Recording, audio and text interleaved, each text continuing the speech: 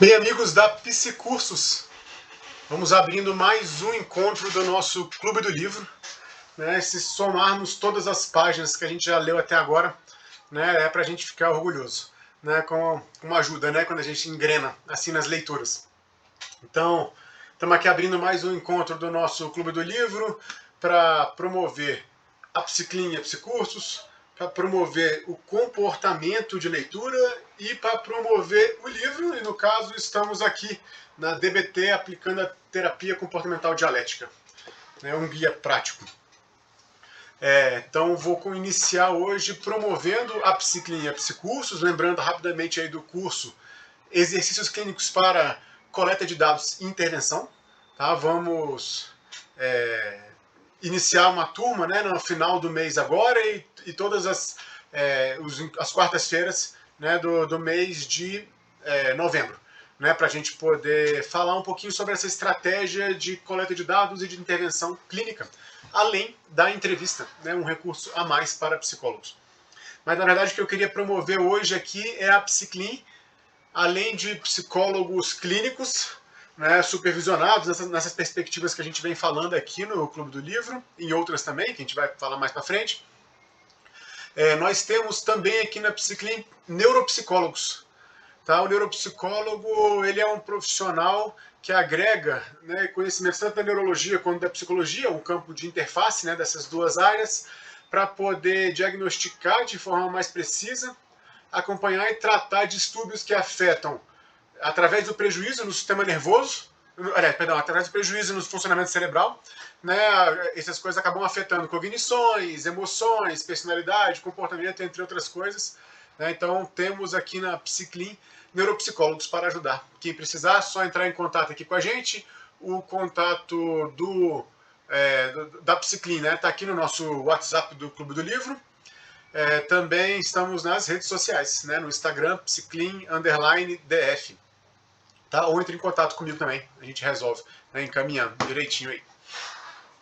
Bom, então, promovidos aí a Psiclin e a Psicursos, eu queria falar um pouquinho hoje do comportamento de leitura, né, e aí o que esse negócio está pensando sempre, né, alguma coisa para trazer para vocês é interessante, a gente vai se aprofundando num comportamento, e fica gerando múltiplas análises. Eu acho que essas coisas aqui de celulares acabam ouvindo a gente, pensando e falando, né? E aí acabam sugerindo, né, coisas para a gente, os algoritmos, as coisas assim também. E eu estava pensando essa semana sobre analfabetismo. Tá? E como tem níveis de classificação, né, desse analfabetismo.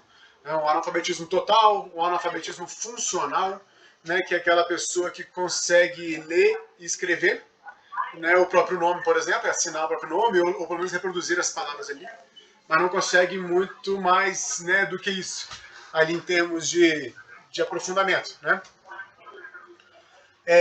Antes aqui de eu continuar a análise, eu acho que tem alguém com o áudio aberto. Fechou agora. Beleza, obrigado, gente. Então, analfabetismo total, analfabetismo funcional, né? No senso comum não existe uma maneira pejorativa de falar assim, analfabeto de pai e mãe, né? Que é como se eles falassem, além de não saber ler e escrever, ele vem de uma comunidade verbal que também não compartilha, né, desse repertório de comportamentos. Isso é uma mega exclusão, cara. É muito difícil para a pessoa estar se inserindo, né, hoje em dia, sem esse recurso, né, da leitura e da escrita. As pessoas têm grandes prejuízos, né, nas funções sociais, né, que elas possam ter que desenvolver, por acaso não dominando isso. E tem um monte de gente, né, no Brasil nessa situação. Então, baseado nessas classificações, né, de intensidade, né, das dificuldades relacionadas ao comportamento de ler e escrever, eu estava pensando nos níveis de alfabetização, que também, né, podemos classificar. Nem sei se existe já uma classificação dessas pedagógicas, foi viagem minha mesmo. Né, uma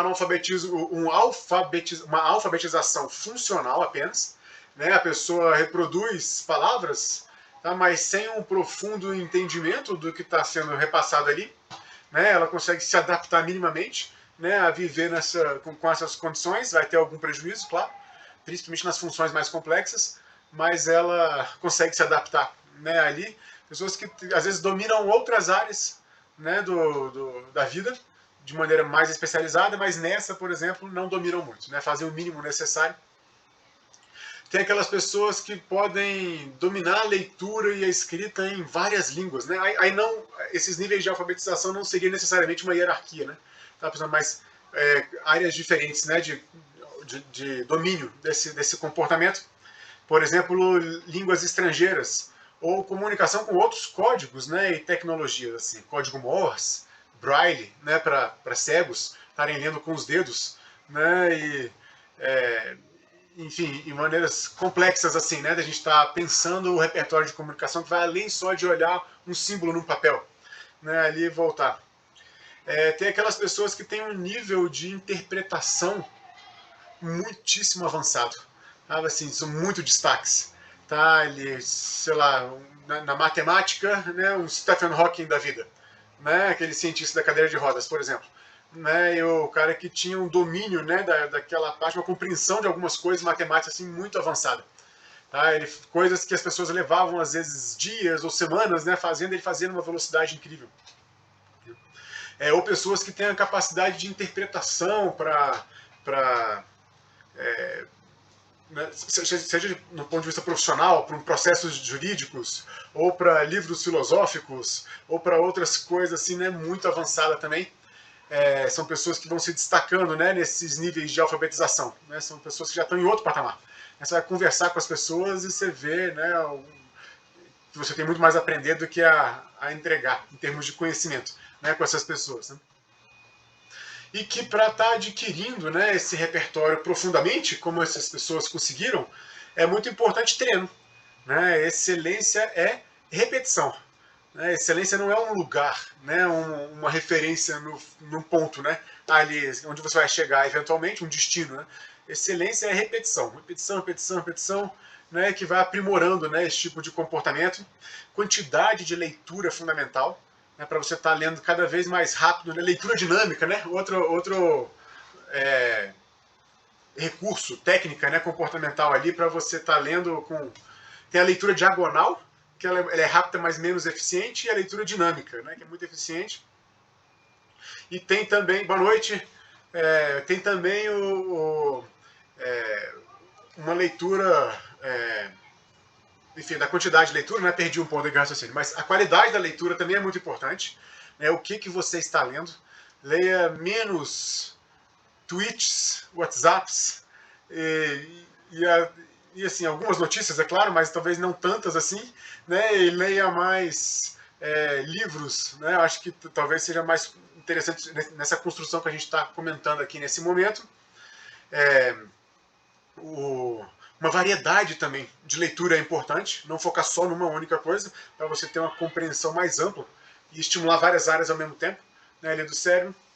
Mas além dessas coisas todas, para esse nível, né, de domínio da leitura e da escrita, é muito importante experiência de vida também. Não basta se esconder atrás dos livros e ficar para sempre lá. Então você não consiga estar compreendendo, né, as coisas na sua profundidade, ou até mesmo podendo escrever coisas também tão profundas assim, né, como essas que você está lendo ali. Então experiência de vida é fundamental. Tá? O Newton tinha que cair uma maçã na cabeça dele, né, para ele poder fazer o negócio. Tinha que estar vivendo de alguma maneira a experiência. Né? Os filósofos, os psicólogos, né, as coisas, tem que estar vivendo ali as coisas para poder estar entendendo e falando sobre, né, esse tipo de coisa também. Vivendo não só no sentido de vida da própria vida, né, mas também vivendo acompanhando outras pessoas e compartilhando, né, com outras pessoas, seja pacientes, seja familiares, parentes, amigos, né, por aí vai.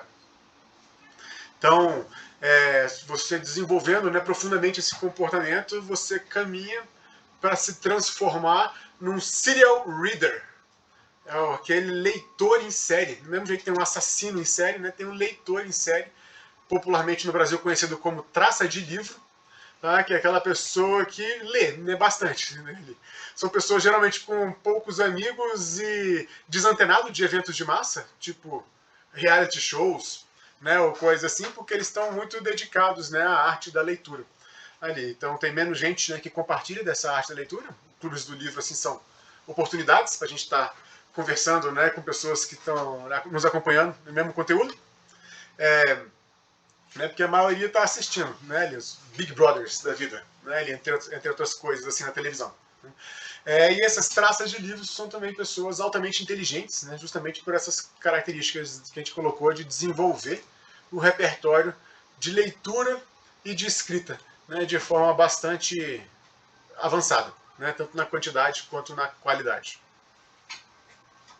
Enfim, essa foi a minha viagem de hoje, né, para promover o comportamento de leitura, né, que vocês todos caminhem de maneira equilibrada e saudável, claro, para se transformarem em leitores em série.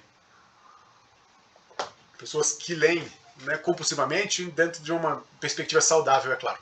Né, nada que passe tanto assim do limite. Então, conciliando, né, com vida social e outras coisas assim.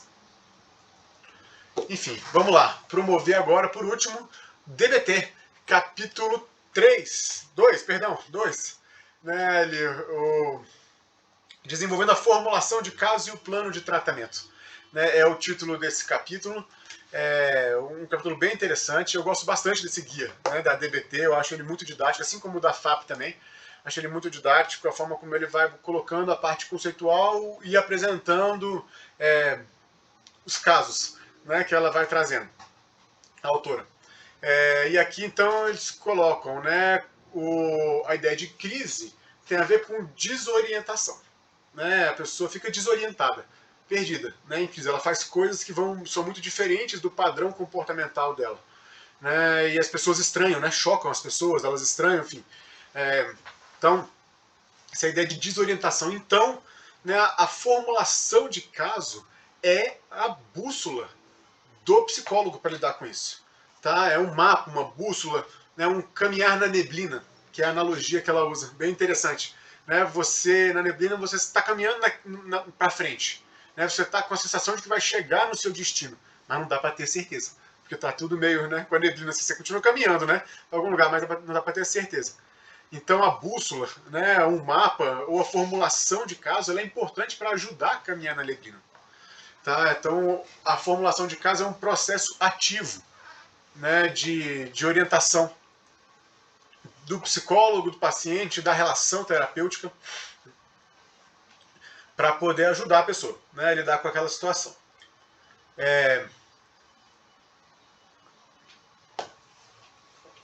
Partindo do pressuposto, do princípio, né, partindo dos 3 conjuntos de conceitos que a DBT tem como princípios, que é a hierarquia de alvos. Ela prioriza o que avaliar e tratar com base na gravidade do problema do paciente. Tá? Então a hierarquia de alvos é interessante, está sempre mais ou menos guiado, né, por aquela hierarquia, né, de uma forma, como são pacientes voltados para o risco, né, então a classificação é risco, né, em primeiro lugar, e tem uma hierarquia de alvos, para a gente pensar esse tipo de coisa. Na teoria biossocial, tá, que explica a desregulação emocional em cima de 2 pilares, que é a vulnerabilidade biológica e a ciclo de invalidações. Tá? A vulnerabilidade biológica é aquilo que o psiquiatra vai ajudar a resolver. Né? A gente vai explicar, falar para adquirir conhecimento, investigar histórico na família, né? E entre outras coisas assim, e pensar aspectos comportamentais relacionados a contrabalancear essa vulnerabilidade biológica. Tá? O médico vai dar o remédio, mas em alguns casos não basta remédio. Tá? Bipolaridade, por exemplo, né, é um quadro onde o remédio faz muita diferença. Né? Avançar sem o remédio é complicado. Por outro lado, mesmo com o remédio, né, a vida de vez em quando dá uma rasteira e a pessoa dá aquela oscilada, né, ali nas coisas. Apesar de estar até disciplinada com o remédio. Né, mas dependendo do nível, né, e do comprometimento do quadro, isso pode estar acontecendo. Então, né, a vulnerabilidade biológica, né, é o psiquiatra que vai dar a medicação e a gente vai tratar aspectos comportamentais ligados a esse contrabalanceamento aí.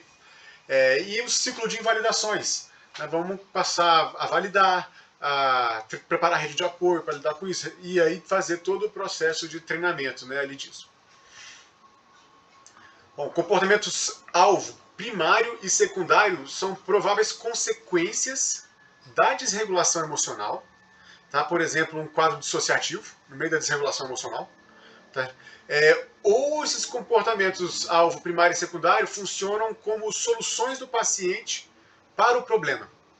Tá? Ou seja, proporcionam um alívio temporário para aquele problema. Como usar drogas, se cortar, né, ou alguma coisa assim, sabe? Alivia o estado aversivo temporariamente, mas não é algo construtivo, né, e nem algo que vai solucionar em médio e longo prazo, além de trazer outras consequências, né, complicadas ali para isso. Tá, então, esses são as... então dois, né? Que é a hierarquia de alvos, a teoria biosocial, que é desregulação emocional mais comportamentos alvo primário e secundário, e as teorias comportamentais das mudanças, de mudança, que são usadas para identificar as variáveis de controle e os fatores que contribuem para os comportamentos alvo primários.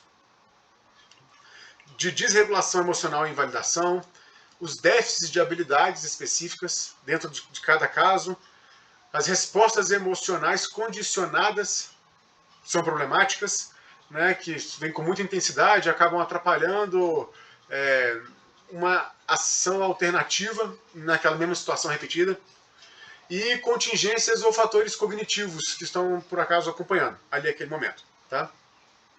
Então, são os três conjuntos de conceitos que a DBT tem para estar embasando, né, a formulação de caso dela. Tá? Lembrando, hierarquia de alvos, teoria biosocial, né, com desregulação emocional e os comportamentos alvo primário e secundário, e as teorias comportamentais de mudança. Dá para poder pensar isso. São os três conjuntos de conceitos para estar embasando ali. Além de estar promovendo treinamento DBT, né, ao longo do trabalho. Tá? À medida que você vai identificando, né, as demandas e as oportunidades de trabalhar também ali. Treinamentos como déficits comuns de mindfulness, né, de regulação emocional, repertório de regulação emocional, de tolerância ao mal-estar ou de eficácia interpessoal. Tá? Que é responder com habilidade a conflitos interpessoais. Esse tipo de treinamento de habilidades sociais em DBT, né? Ela é muito famosa por focar nisso, tá? Ali a DBT. Além também do treinamento, né, para comportamentos como observar, descrever, participar sem julgar, com consciência e focado na eficácia do problema. Tá?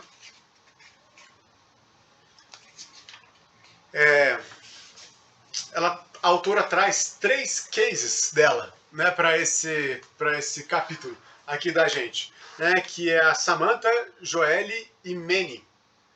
Tá? São nomes fictícios, claros, ela dá uma ligeira alterada em alguns dados para não ficar identificando as pessoas ali, mas a essência do negócio está bem preservada, né, para poder falar. E aí, com esses 3 casos em momentos diferentes, a Manny ela termina o capítulo com ele, mas os outros 2 primeiro ela vai alternando, né, para pensar as etapas e os estágios de tratamento. Então, ela faz avaliações usando estágio, ela orienta, né, na formulação de caso. Faça orientações usando estágios e alvos de tratamento. E aí tem o pré-tratamento, o estágio 1 e estágio 2. Tá? São as 3 coisas que a gente viu no último encontro, né, ali. O pré-tratamento você vai firmar objetivos, o método, motivação da pessoa e o comprometimento dela com o tratamento. Na DBT um dos princípios a gente só trabalha com quem está afim, né, de participar ali das coisas. A gente apresenta um método antes e trabalha com quem está afim de participar. Né? Não tem um tratamento involuntário DBT. Né? A gente tem que estar convencendo a pessoa a aderir ao tratamento. E aí depois tem o estágio 1, né, onde ela tem que avaliar principalmente risco, né, no estágio 1, principalmente isso, tá? Comportamentos de crise suicida, autolesão sem intencionalidade suicida, mas tem autolesão.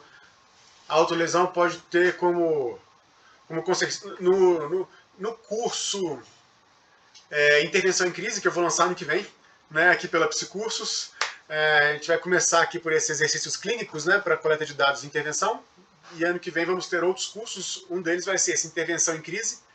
A gente dá, né, uma boa destrinchada nas análises funcionais de comportamentos de autolesão ou crises suicidas.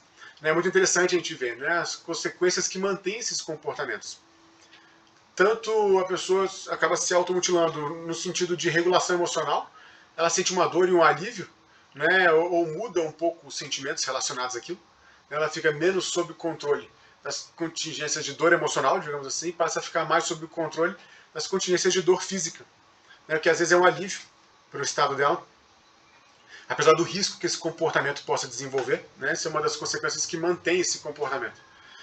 Mas também tem uma consequência que muitas vezes controla esses comportamentos, que é comunicar o sofrimento a outras pessoas, né, mostrar essa angústia para os outros. Tá? Se lesionar numa região, por exemplo, onde outras pessoas vão conseguir ver e ter acesso, onde ela possa controlar, né, quem vai ver ou não. Se eu uso manga comprida, se eu uso manga curta, por exemplo. Né, ali as pessoas vão ver ou não, né, esse tipo de coisa. Então, analisar, né, esses comportamentos junto com o paciente, com o referencial teórico, né, não só da DBT, mas os outros também que a gente tem, que a gente explora lá no curso de intervenção em crise, mas são muito importantes para a gente ter essa prioridade. Tá? Estágio 1, depois que a pessoa adere ao tratamento, né, que se convencer ela a participar, que ela quer mudar aquela situação dela, né, que é importante que ela conhece o método já, como é que vai funcionar, a gente parte para focar no risco. Tá? Então, prioridade é estar analisando comportamentos de crise. Na ordem de gravidade, do mais grave, né, são os comportamentos de crise suicida. Depois, autolesão, sem intencionalidade suicida. Às vezes a pessoa se lesiona com intenção de se matar, mas não se mata. Né? Mas às vezes ela se lesiona, como eu falei, por essas outras consequências, né, de regulação emocional, de chamar atenção, entre outras. Abaixo disso temos ideações suicidas e a comunicação disso com outras pessoas. Está pensando muito nisso, está falando com outras pessoas, são níveis de gravidade, né, diferentes. E depois, um nível mais abaixo ainda, quando a pessoa tem expectativas e crenças relacionadas ao suicídio, antes de estar já pensando com frequência e falando com outros. E o nível mais leve, mas aí risco já, né, o primeiro nível de risco assim, seria um afeto relacionado ao suicídio. Tá? Alguma coisa que permita pensar ou permita ver com bons olhos. Não é falar sobre de forma neutra ou técnica, não. É mais ver com bons olhos, né, essa alternativa como uma possível solução ou algo assim, um afeto positivo, né, relacionado àquela direção ali. Então, foca nisso, conversa sobre isso. Quando é que você pensa, além de destrinchar os episódios de crise, com a devida habilidade clínica, claro, né, para poder não... A pessoa está em desespero, né, a gente tem que saber o quanto que a gente pode apertar para obter informações. Às vezes a gente pega algumas informações a conta-gotas e outras mais rápido. Mas falando, além das crises suicidas, falando sobre onde é que... eu pensei essa semana, foi difícil, pensei muito nisso. Como é que foi que você pensou? O conteúdo, a forma, quando que você estava pensando, que horas eram, né, o que você estava fazendo, quem estava junto, né, ou o que aconteceu depois. Essas coisas para compor uma análise funcional muito importante desses níveis de risco. Tá? No estágio 1 ainda, pensar diagnósticos de problemas e déficits de comportamento do paciente. Condições associadas a tentativas de suicídio, quase letais, mas não eficientes. A outro ato, a consciência, pensar as condições associadas a outros atos de autolesão com grande intenção de morrer, ou com comportamentos de autolesão grave do ponto de vista clínico, né? Ou até mesmo histórico de comportamentos que interferem na terapia. Por exemplo, transtorno de estresse pós-traumático, né? Onde, na medida que você se aproxima do estímulo traumático, ou de eventos ou de estímulos associados a ele, você tem uma intensidade maior dos sintomas. Então isso acaba atrapalhando a gente obter muitas informações e estar lidando com algumas coisas. Tá? Então a gente tem que trabalhar, né, tanto o risco quanto esses problemas e déficits de comportamento para ir treinando e coletando informações adequadas sobre as coisas que estão acontecendo para sair do estágio 1. O estágio 2, ele vai procurar padrões de variáveis de controle para cada comportamento alvo primário. Aí ele vai fazer uma análise em cadeia comportamental, que é bem interessante, né?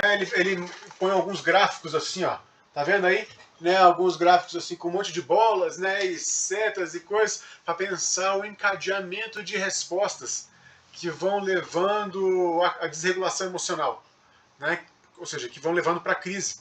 Né? Nessa análise em cadeia comportamental, eu acho que é uma das grandes contribuições, né, do capítulo, essa análise aqui, da cadeia comportamental. Tá? Ele vai definir o comportamento problemático e, vai escolher uma instância para analisar esse comportamento. Tá? Então, no caso da Jonelle, perdão, no caso da Jonelle, ela tem um filho, ela mora com a mãe, tem um filho, né, e o filho dá muito trabalho ali, uma peste, o menino, pelo que dá para entender assim no relato aqui da autora. Aí o filho está bagunçando o armário dela, enquanto ela está em casa sobrecarregada, né, lidando com outras questões ainda. E aí ela quer, né, pedir para o filho parar, acaba sendo grossa, e aí a mãe dela estava observando, e aí faz comentários que ela interpreta como comentários críticos em cima dela, que invalidam, né, e vai desencadeando, né, uma sequência de respostas assim, que vai levar, né, aí que levar a outros problemas. Né? Daqui a pouco tá um gritando com o outro, ela corre no banheiro, se tranca, começa a esmurrar as pernas, né, ela que esmurra as pernas, ou ela, né, eu acho que é ela, ou então é que só com as coxas, chorando e tal, e aí pega um monte de remédio e vai tomar. Né, ali os remédios. Então, o encadeamento, sabe? Ali de análise comportamental. Então, ele vai definir o comportamento problemático lá do começo e uma instância para analisar isso. Terapeuta e paciente vão identificar eventos desencadeantes imediatos que levam ao comportamento problemático, que no caso é a autolesão, né, e o risco.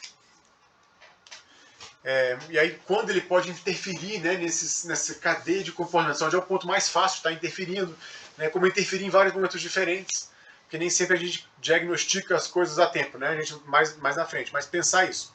Pensar também em fatores de vulnerabilidade, que criam um contexto no qual eventos desencadeantes exercem mais influência. Por exemplo, uma doença física, privação de sono, outra condição que influencia a reatividade emocional dela. Tá? E aí, assim, tendo essas condições, todo comentário de mãe vai ser mais crítico do que deveria ser, às vezes, né? Interpretado assim. Todo o problema do filho, a gente vai ter menos paciência para lidar do que, né, se estivesse dormindo bem, por exemplo. Né? Ou, entre outras coisas. Então, esses fatores de vulnerabilidade. Tá? Nessa cadeia comportamental, né, a gente consegue achar esses pontos e poder pensar, né, como agir aqui. Deixa eu pegar aquela que eu queria mostrar para vocês aqui. Essa é a da Jonelle.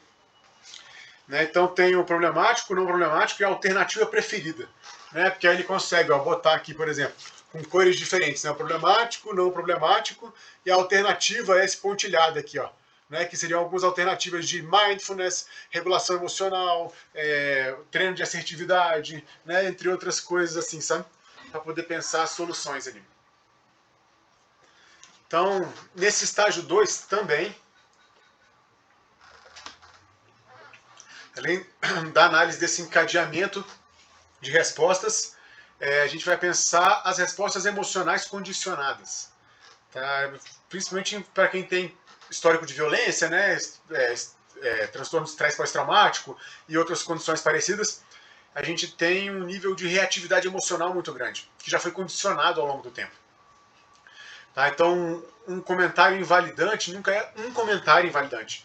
Ele é a consequência de uma série de condicionamentos anteriores, né, que foram acontecendo em vários momentos diferentes e vão minando a pessoa, e que às vezes é difícil dela identificar e falar sobre isso de forma apropriada.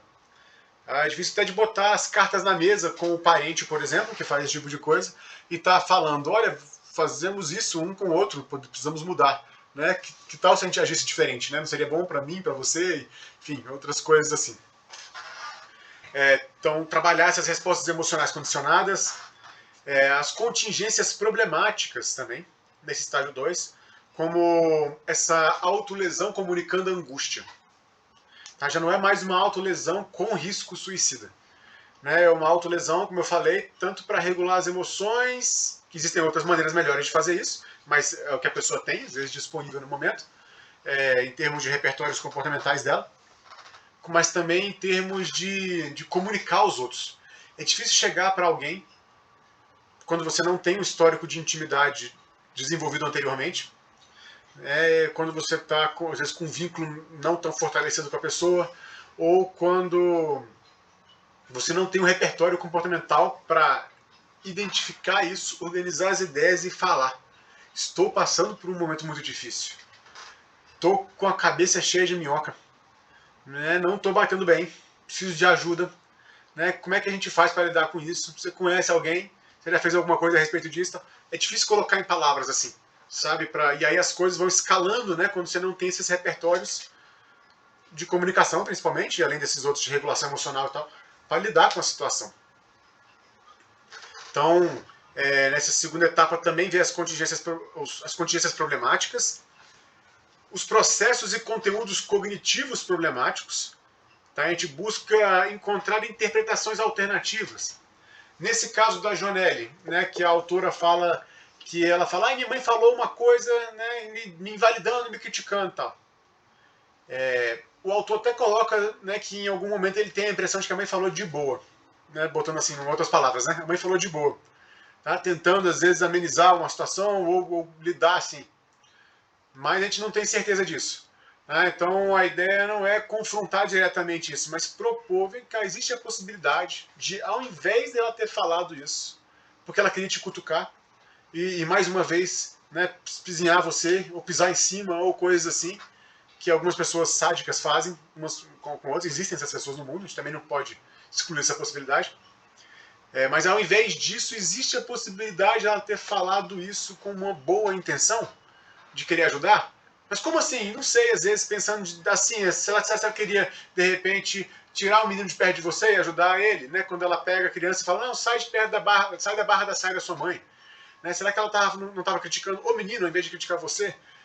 Ou então, sei lá, tentar propor alguma interpretação alternativa para trabalhar isso. No mínimo, relativizando o controle de contingências. Tá? Porque ela acredita que aquela resposta tem essa intenção, tem um controle de contingências bem nítido ali e tal. No mínimo, relativizando isso, afrouxando isso, abrindo outras possibilidades. Porque se ela se coloca mais sob o controle de outras possibilidades, alternativas mais construtivas podem surgir depois disso. Sabe? O cenário é mais fácil de desenvolver outras coisas também. Então, trabalhar nesses processos e conteúdos cognitivos, também procurar padrões em diferentes comportamentos problemáticos. A pessoa tem comportamentos problemáticos em várias áreas da vida, às vezes nos estudos, no relacionamento, e sei lá onde mais, no trabalho, ou em outro lugar. Então vamos identificar se existe um padrão nesses comportamentos problemáticos. Se existe, é porque tem uma macrocontingência comum a todos eles ali. A gente trabalhar um, inevitavelmente vai refletir em outro. Então vai ser interessante para a gente estar atuando na evolução do caso. Então, saiu do estágio 1, que é de risco, você passa para o estágio 2, que é poder pensar essas alternativas, ao invés de se cortar, como é que você pode falar com as pessoas, de fato, e falar com você mesmo, e com quem você vai falar. Amigos, psicólogos, CVV, psiquiatra, entre outras pessoas, então, profissional. Tá? Então, essa seria o estágio 2. Tá? E aí você passa para o estágio 3, tá? Onde você usa a análise de tarefas para gerar planos de mini tratamento para os principais elos comuns ali, que o paciente tem de comportamento complicado.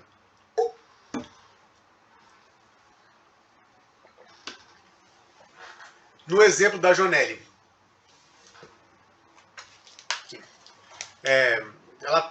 ele promove uma geração de soluções para identificar necessidades, desejos e valores em relação ao conflito com a mãe. Tá? O objetivo dele, nessa etapa 3, é gerar soluções para identificar necessidades, desejos e valores em relação ao conflito com a mãe. Valores com relação à criação do filho, valores com relação à relação dela com a mãe, ou a relação a outras coisas que compõem a vida também. Então vamos gerar soluções para identificar isso. Tá? Também trabalhar o automonitoramento, aonde você vai ser assertiva, quando você precisa ser assertiva, como é que você vai ser assertiva nisso. Vamos monitorar níveis de emoções para não desregular. Vamos monitorar esses momentos né, de comportamento verbal também. O treinamento de habilidades para regulação emocional da vergonha, para regulação emocional da raiva, para eficácia interpessoal nesses conflitos com a mãe ou com outras pessoas também, que ela pode ter, mas aqui no capítulo ela foca na mãe.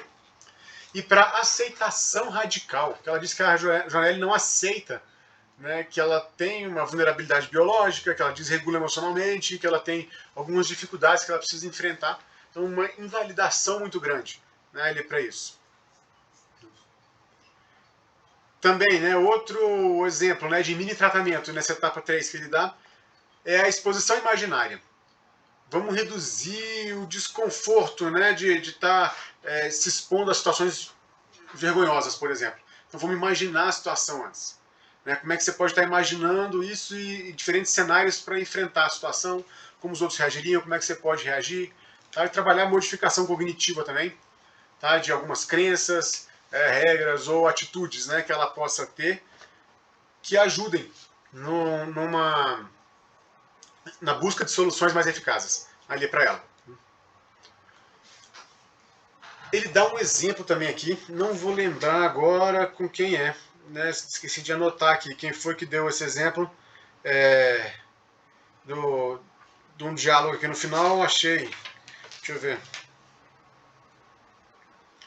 eu acho que é uma outra pessoa que ela trouxe assim. Olha que diálogo interessante, cara, que ela traz aqui. A pessoa teve uma desregulação emocional e aí se queimou com um cigarro. Tinha um cigarro aceso e se queimou com o próprio cigarro. Né, em si mesmo. Então tem aquela queimadura, dor, né, tal, passa mais uma, tal, aí fica cheio de marca depois. Não lembro se era na perna, no braço ou em algum outro lugar.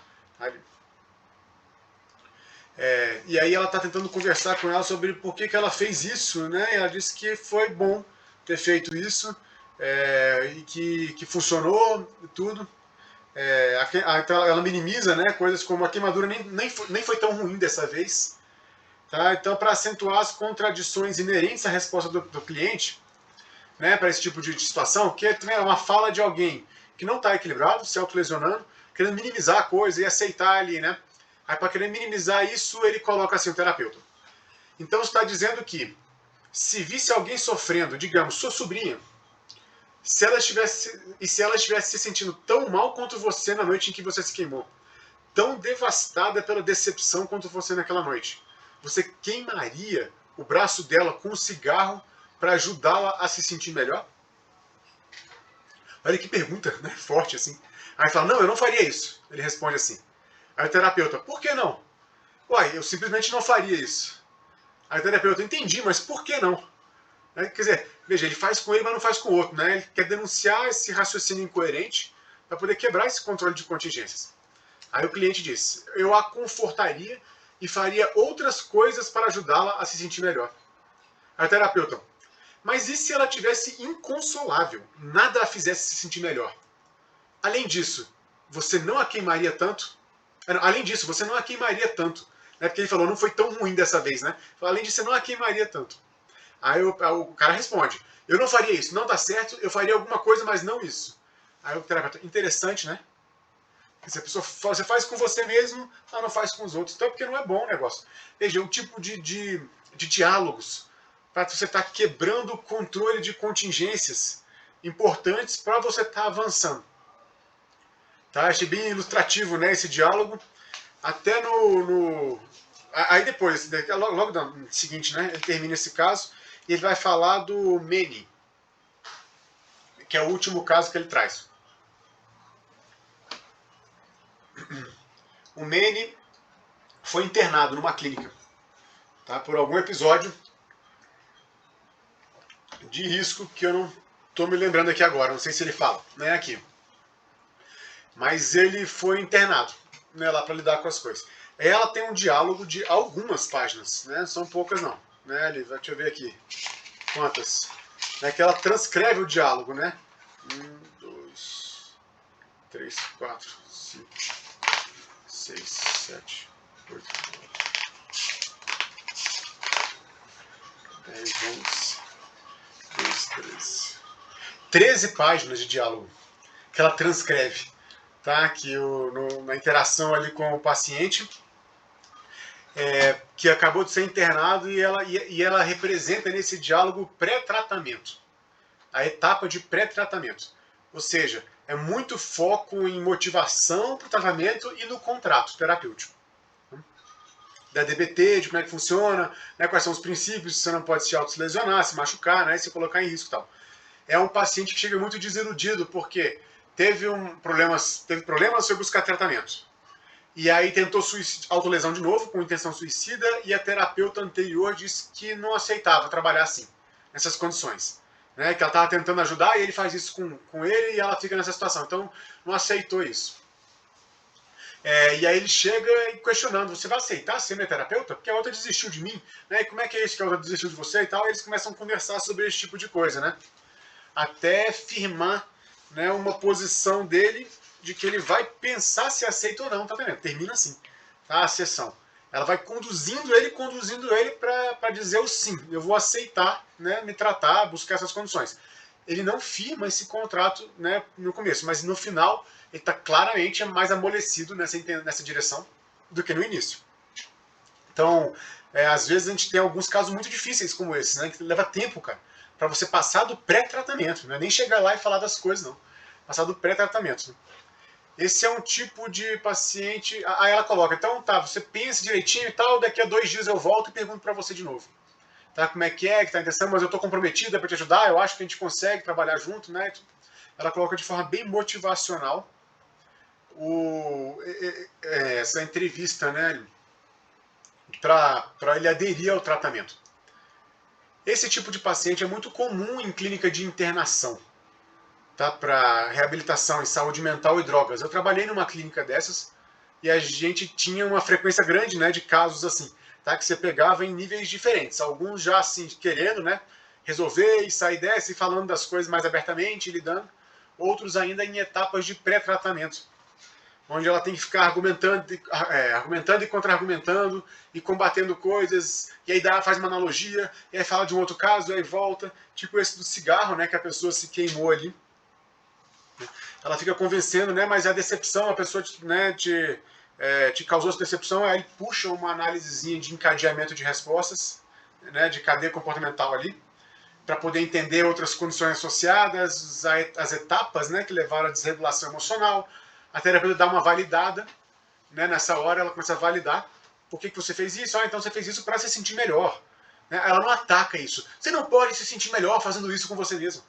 Que é o que a família faz. A família fica desesperada. Né? E fala, não, mas que diabo você fez isso? A família quer bater na pessoa, né? A pessoa acabou de se autolesionar, a família tem tanta raiva daquilo que ela quer bater na pessoa, nem que a pessoa seja ela mesma, né? Quem você quer proteger. Desorientada, né? A família fica. Então não tem preparo técnico, né? E nem emocional para estar lidando com umas coisas assim. Aí a pessoa fala, eu fiz isso para me sentir melhor. Mas como? Né? Você não vai se sentir melhor assim, você não pode se sentir melhor assim. Invalidou. No máximo, a pessoa não soube descrever como ela ficaria melhor, né, fazendo aquele tipo de coisa. Tudo bem que essa maneira de fazer melhor, ela é muito temporária e curta, e gera outras consequências ruins. Mas ela fez para se sentir melhor, não estava errado. Né? Então a gente tem que puxar o fio da meada junto com o paciente para estar debatendo, né, alguns pontos e lidar com isso. Né? Então aí ele teve uma crise, o Manny, né? Teve a crise por croterapia. Aí estava caminhando lá com um vínculo terapêutico. A pessoa fica vulnerável, ela se abre, ela confia no outro. Mas aí ele desregulou emocionalmente, tentou de novo. E aí a psicóloga cortou laços com ele. Então ele fica com uma vergonha muito grande de voltar e falar as coisas. Né? O que aconteceu, como lidou.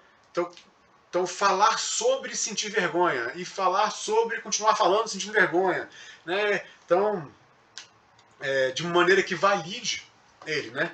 Por exemplo, se você sente vergonha do modo como encarou as coisas, culpando-se por todos os seus problemas. Parece que carrega um ódio muito forte por si mesma, não? Aí a pessoa concorda com a cabeça. Quer dizer, ela tem vergonha de reconhecer algumas coisas. E aí a terapeuta continua, sim, esse é um lugar escuro e sombrio. Então você precisou de ajuda nesse lugar. Talvez terapia. Talvez na terapia.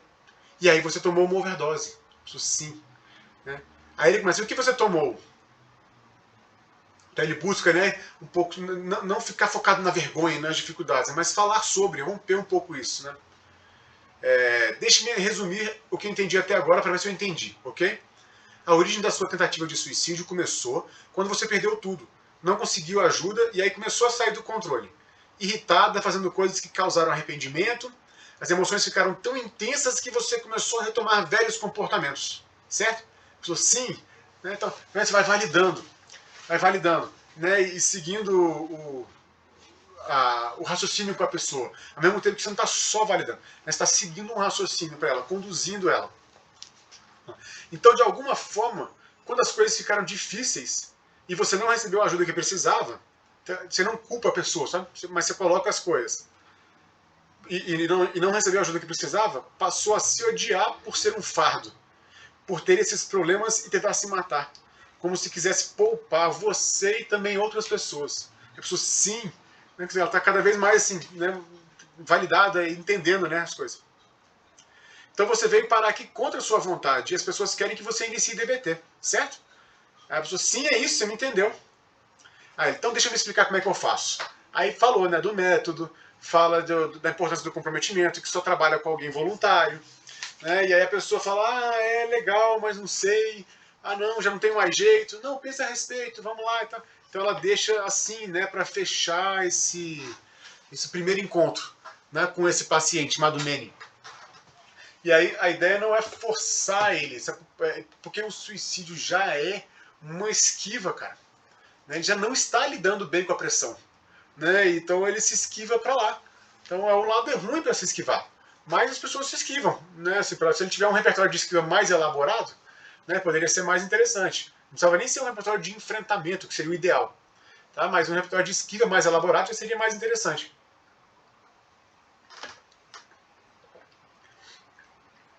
Então, se a gente aperta muito mais, a pessoa vai se esquivar de novo, né, disso. Então essa é uma população que a gente tem que saber o quanto, né, tem que trabalhar sempre assim, né, fazendo a pessoa caminhar na direção do tratamento.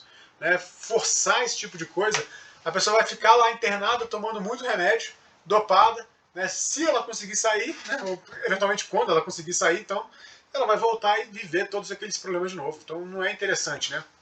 Para a gente estar reproduzindo esse tipo de dinâmica. A própria estrutura médica prende a pessoa na clínica. Né, a gente pode trabalhar de uma maneira diferente. Tá pensando, né, se não quiser fazer terapia, você não faz terapia quando está internado. Você recebe o remédio, que é obrigatório, né, e tem cuidados ali de enfermagem, tá, e alimentação. Mas se não quiser forçar, não tem como forçar a fazer terapia. A gente tem que trabalhar esse convencimento. E ela foi muito feliz, a autora, né, na maneira de descrever os diálogos e os casos para a gente entender e tá intervindo, né, nos orientando ali naquela situação, né? Olha aqui o que ele põe no finalzinho aqui, né? O encadeamento de respostas do Manny, né? Que vai com esse monte de bolinhas aqui que vocês vão estar lá vendo, né? Com os comportamentos problema, com as situações vulneráveis, ali com alternativas que a pessoa podia ter tido em vários momentos diferentes para evoluir. E também na última página do capítulo ela coloca observações do terapeuta em relação às áreas-alvo. No pré-tratamento, ainda precisamos entender o que Manny quer. Para onde estamos indo? Ela quer retomar a faculdade? O que ela quer exatamente? Meus limites. Preciso chegar a um acordo sobre o acúmulo de medicamentos e sobre Manny não ser sincera quanto a isso. Ela está acumulando medicamento. Tópico do risco à vida. Né? Que é o tópico do risco à vida. Overdose, acumulação de medicamentos, falha em informar a terapeuta e também em mentir. Ele botou até uma interrogaçãozinha aqui. Se é uma mentira, né? Se foi intencional ou não ali. Quando ela começou a acumular remédios? Quando exatamente ela decidiu tomar overdose? O que tem agora? Então estão vendo bem, né, os detalhes que ela não tem ainda da cadeia comportamental. O que motivou a não revelar o acúmulo de medicamentos? E como posso garantir que vai ser diferente agora dessa vez? Forçar a pessoa não garante que vai ser diferente. Né? Despejar algo escaldante em si mesmo, queimadura de terceiro grau, impulsividade. Ela consegue conter os impulsos na presença dos facilitadores de autolesão? Sim ou não? é o que exatamente está acontecendo na ligação que precipitou esse evento. Ele recebe uma ligação, ele estava cozinhando, né, recebe uma ligação e se queima, né? Ali. Os cortes visíveis para terapeuta, comunicação. Quão ruim é perder o controle. Tá? Quase arrumar uma briga num ponto de ônibus, o risco de machucar ela e a outras pessoas.